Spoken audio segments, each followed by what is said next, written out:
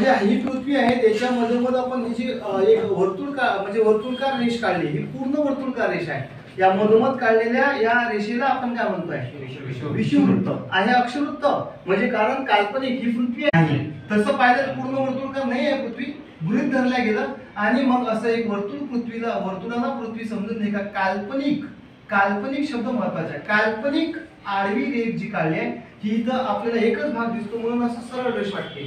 तर ही नाही का काय आहे? पूर्ण वर्तुळकार आहे.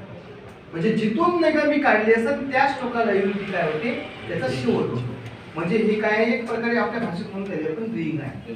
ठीक आहे. मधोमध ही फुगल्यामुळे ही नक्कीच पहिली जी आहे मधोमध ही कसं मोठी असते. याच्यानंतर जे मी दुसरं असं वर्तुळकार काढीन आडवी रे घ्यायला काय म्हणजे त्याच्यापेक्षा त्याचं जे काही लांबी आहे ते काय कमी आहे.